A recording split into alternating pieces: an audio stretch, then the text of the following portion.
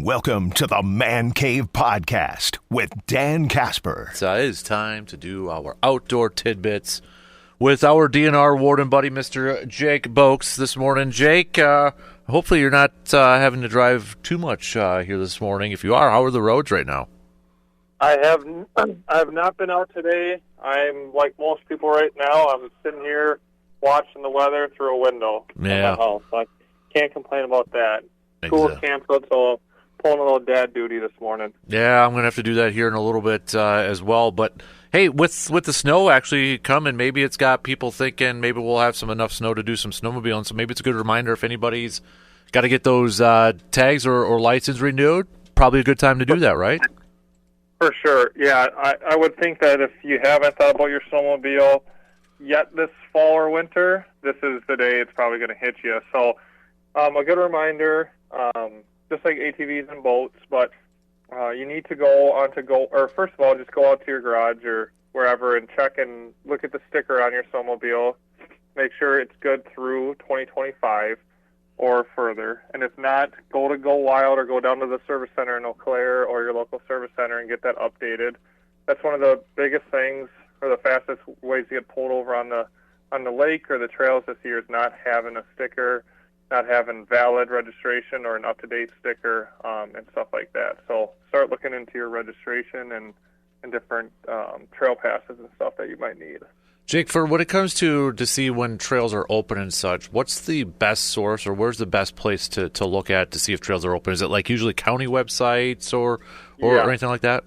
Yep. So most counties manage their own snowmobile trails. And within that county, there's usually different snowmobile associations that take care of it. So generally, in each county, if you type in Chippewa County snowmobile trails, Eau Claire County snowmobile trails, etc., they will have a website dedicated to the condition of the trails, if they're open, if they're not, and if there's any like certain parts of the trails that are open versus the others. Like in Eau Claire County, the town of Union trails usually open and close with the Dunn County trail system or Chippewa County trail system because it really only connects to those counties versus the rest of Eau Claire County. So you just want to be mindful of where you're riding and which county you're riding in and out of. Also, too, it's kind of weird to say, but muskie season, I just saw this headline the other day, too, ends, it's a reminder, it ends on December 31st out there. Right. Yeah, they extended it a little bit from, past years and this and that, but diehards might still be fishing. I think most people have transitioned a while ago to, hunting or ice fishing or, whatever, trapping. So if you're doing it, it's ending. If you're doing it where you can do it legally, it's ending soon. But, just be mindful of what's open, what's closed, and, it's soon enough we're going to be talking about, the close of the fishing season in general in a couple months, Mm-hmm. Exactly. So have you been out on the ice at all talking with ice fishermen, or is it still kind of a little thin in that? No, I mean, all ice can be, thin depending on where you're at, this or that. I'm sure most people saw the news article or saw it on Facebook that someone drove their truck on Half Moon Lake. Mm-hmm. Yep. So obviously there's enough ice where it supports the truck, right? Now that was a different type of situation where I worked with Eau Claire PD on it, where the guy wasn't like fishing or trying to figure out the ice. There was some other stuff going on, but there's obviously ice out there. I've checked a lot of ice fishermen here and in Chippewa and Clark County as well. People are catching some fish here and there already, a bunch of panfish. And there's been plenty of thick ice to walk out on. When it comes to ATVs, UTVs, cars, trucks, every area is still going to be a little bit different. But it seems like most lakes are pretty well iced over and ready for foot traffic. I'm glad you mentioned that because I saw that on Facebook, too, on one of the scanner pages. And I saw one of the comments, it was like the police department was getting a hold of the DNR to figure out what to do. So when you get a call, you don't have to go in depth on that case or anything like that, but like when you get a call like that, because I think it was like they weren't sure how to get the vehicle off because it was too far for a tow truck or anything like that. So when they give you a call, like kind of generally, what are you there for? How do you help out the police department in a situation like that? Yeah, so every situation is different, and one like that, we just work hand in hand on kind of just game planning what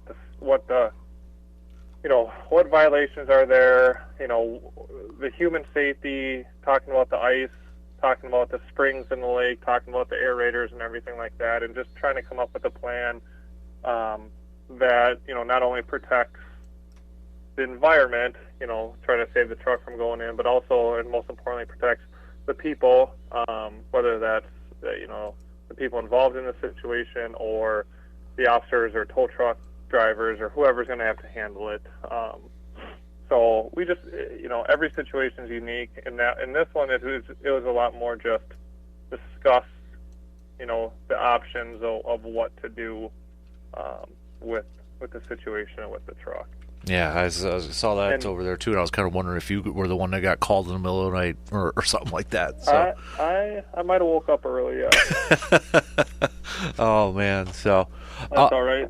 Yeah, because you kind of talked about that last week, I think too. You're kind of on call a lot. A lot of you guys are. Yeah, nope. A couple of days before that, yeah, we went out, and me and the Chippewa County warden went and dealt with a late poaching investigation, and that is kind of, it's part of the job is just no one replaces us when we go off or go to bed. So if we get calls, just like any human and employee, we can go to bed and take time off. But I think a lot of wardens have pride in what they do and wanting to help people, the public, and other law enforcement agencies. So we'll answer our phone 24/7 and run out whenever we have to run out. Mm-hmm. Jake, because I know we're going to be out next week with Christmas and that, but there is I know you mentioned it last week as well, the antlerless only holiday hunt. And correct. That is open, correct me if I'm wrong, in select farmland zone 2 counties, correct? Yeah, so you definitely want to, if you're interested in this, if you want to use your regular rifle to try to grab another doe, you definitely want to go to our internet regulations or go grab a folder, or excuse me, a booklet at the DNR Service Center or Fleet Farm or whatnot, and take a look. They have a really good colored map that shows every county that's involved in the bonus antlerless season, and then if they also decided to extend the archery season through January. So every county is a little bit different. So wherever you're planning on hunting, definitely go in and double check that before you actually go out there.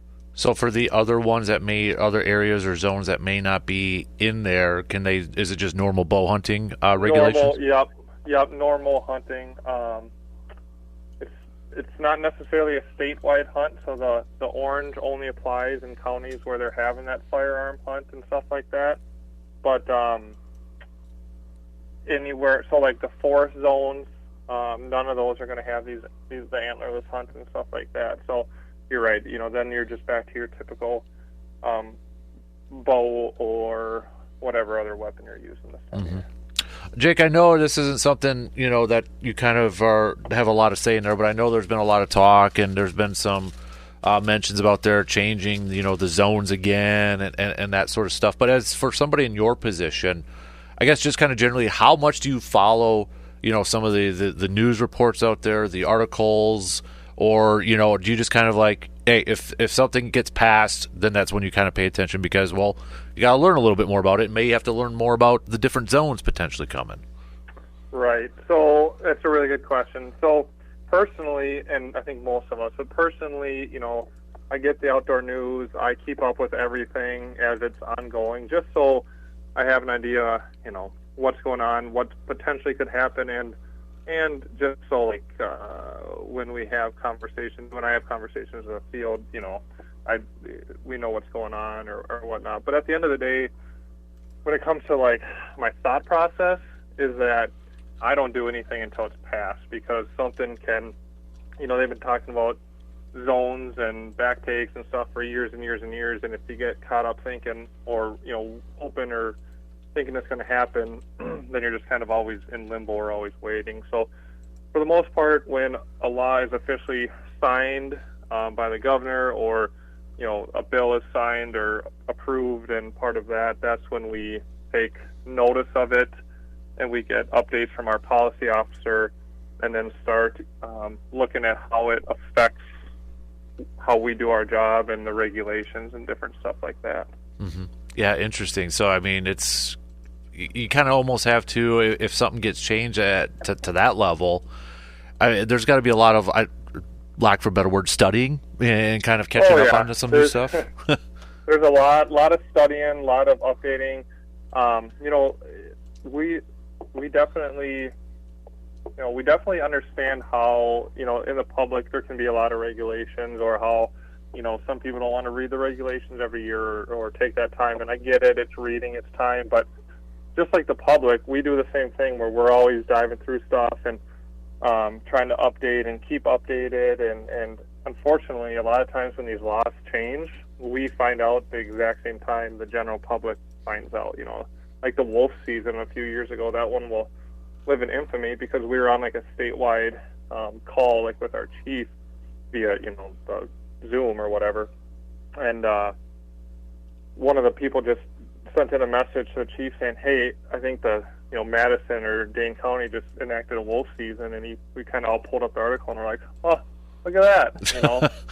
So we had no idea that was coming, or we had figured there'd be a wolf season sometime in the future, but the fact that it just sprung up like that, and now we're in charge of enforcing, and we ended up registering every wolf and collecting teeth and doing all this stuff. Like, it's a pretty big shift for just finding out in the public, and that's not on my leaders or anything like that. It's just kind of the way it goes sometimes. Absolutely. So, Jake, are you ready for Christmas with the kiddos next week? Then, before we let you go. Oh yeah, I think they're gonna have a pretty good time. I got my son a pretty cool Hot Wheels present that selfishly I kind of want. So it's pretty nice. They got some cool stuff out there when you go to these, these toy lands and stuff. So I think they'll have a good time, and I'm hoping everyone else listening and everyone else taking time off has a good holidays too. Absolutely. Doesn't it How about you? Oh yeah, you got it all set up? I think so. He's actually sitting over here right now, so I can't say too much about it right now. So, but isn't it like the one cool thing too when you got younger kids and you go Christmas? It's like, oh, dude, I want that too. Or man, I wish I had that as a kid. Yeah, It is funny how many things as an adult that you can sit there and get right on board playing with or wanting, just like your kids, no matter what age they are. Exactly. Well, hey, dude, we appreciate everything you do, and I hope you and your family have a very, very, very Merry Christmas, and we'll catch up with you after Christmas, buddy, okay? Yeah, no, that sounds great. Merry Christmas, and appreciate it as always. It's always fun.